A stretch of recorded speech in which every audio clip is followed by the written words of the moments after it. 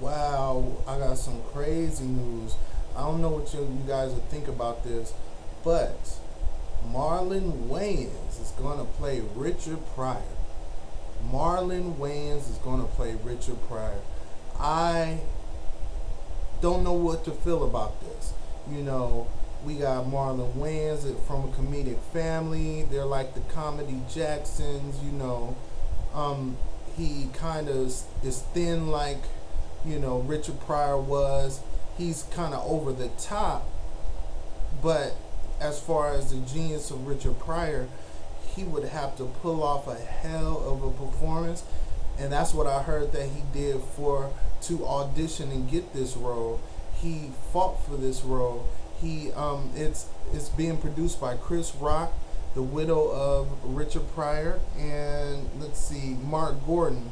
It's going to be directed by none other than Bill Condon, who did Dreamgirls and Gods and Monsters. And he's writing it, so he's writing and directing it. So you know, we know what Bill Condon did with Dreamgirls. It should have been nominated for Best Picture, but it wasn't. Jennifer Hudson won Best Supporting Actress. Eddie Murphy got Best Supporting Actor nominations for it, and he didn't win. But you know, you can see that anything Bill Condon touches, you see it has a high quality to it. But now, I believe he can pull out this performance from Marlon Wayans. Marlon Wayans can do it. People are going to hate on him. People are going to doubt him. Why is Marlon Wayans going to be Richard Pryor? Now, Eddie Murphy was supposed to get that and be Richard Pryor. Unfortunately, for me, I don't know how well that would have worked, because being that Eddie Murphy is an icon legend himself, I don't know if it would have been right for him to play Murphy. They have no similar features. They're not even the same skin tone. It's a difference. You know, Jamie Foxx played Ray. He actually looks like Ray Charles. But the only one that I could see, remember What's Love Got to Do with It? Angela Bassett played Tina Turner. Now they're totally two different shades, two different looks, but Angela Bassett worked out to get closer to the body type. I think this could be a winner. You know, people are gonna hate. Marlon Wayans has been taking it seriously ever since, you know, he's laid off from the Wayans brother, the silliness. We see that side, that over the top side. He tried to get more serious in G.I. Joe, and people were surprised that he was in that. So in this case, I think that this is actually a good choice. This is a good idea. I can see it. I can see it. Marlon Wayans has been acting for years. He is funny. He is a comedian, but I can see him totally breaking down any type of conversation about his acting chops. After this, I think that he might. This is the kind of role, if you do it right, you can pull out an Oscar for this type of role. Richard Pryor is a comedy legend. He's revered all through up and down Hollywood, from people all across the world, from Ireland to LA.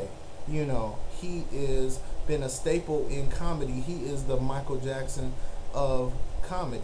Now, in terms of just the legendary impact, you have to think.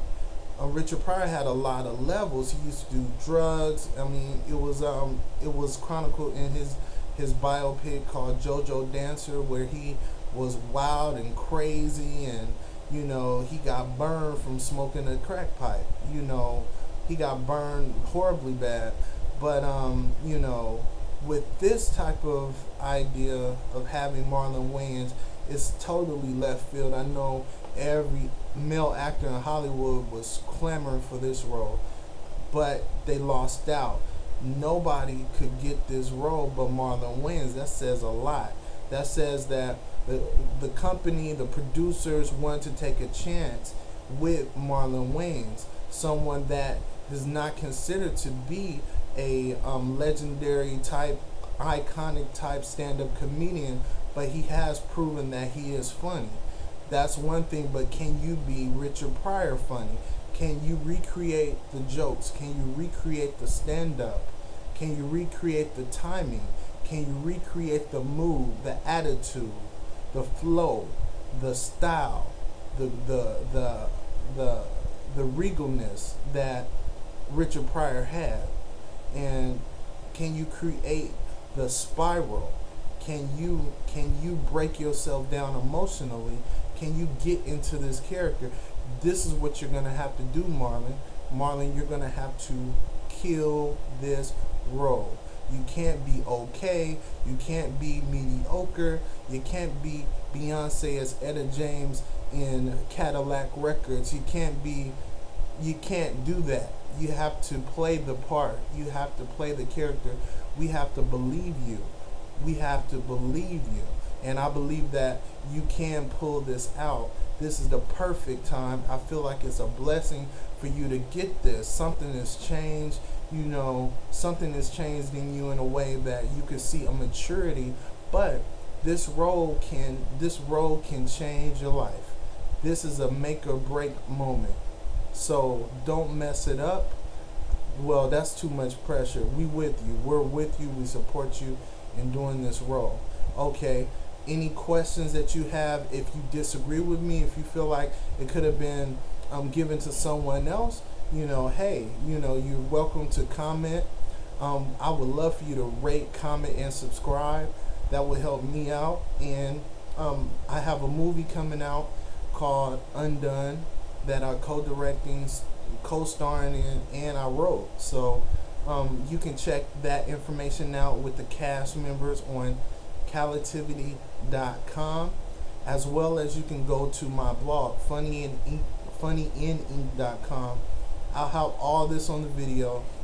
I'm kind of excited for him to play this because this is the kind of character that can evolve him as an actor, as well as set a different type of pace for this part of his life. If he does this role good, you're going to see him on all these dramas, all these dramatizations. You'll see him on all of these thrillers and psychological thrillers and things that are totally opposite of what he's done, but I believe that he can do it. He has a great family support system around him.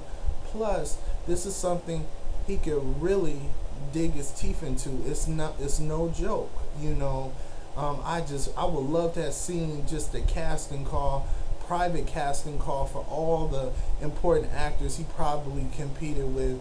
Mekhi Phifer. I'm just assuming that.